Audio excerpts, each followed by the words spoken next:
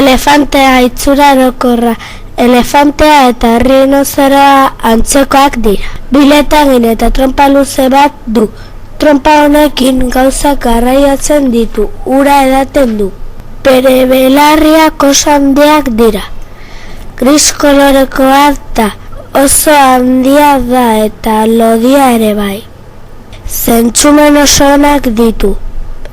Heldua denean 6 tonako pisua eta 4 metroko altuera lor dezakete.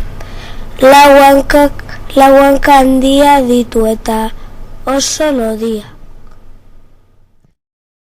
Elefantea, bizimodua eta bitxikeriak. Elefantea mugimendu oso motelak ditu. Taldeka bizi da. Bibipaloa da, beraz amaren zabaletik jaiotzen da. Belarjalea da, beraz belarra jaten du. Sabanetan eta basoetan bizi da. Bitxikeriak. 1. Arra eta emea ez dira talde berberean bizi. 2. Elefantea belarra jaten duenean batzuetan letaginen eta tromparen laguntzaz jaten du.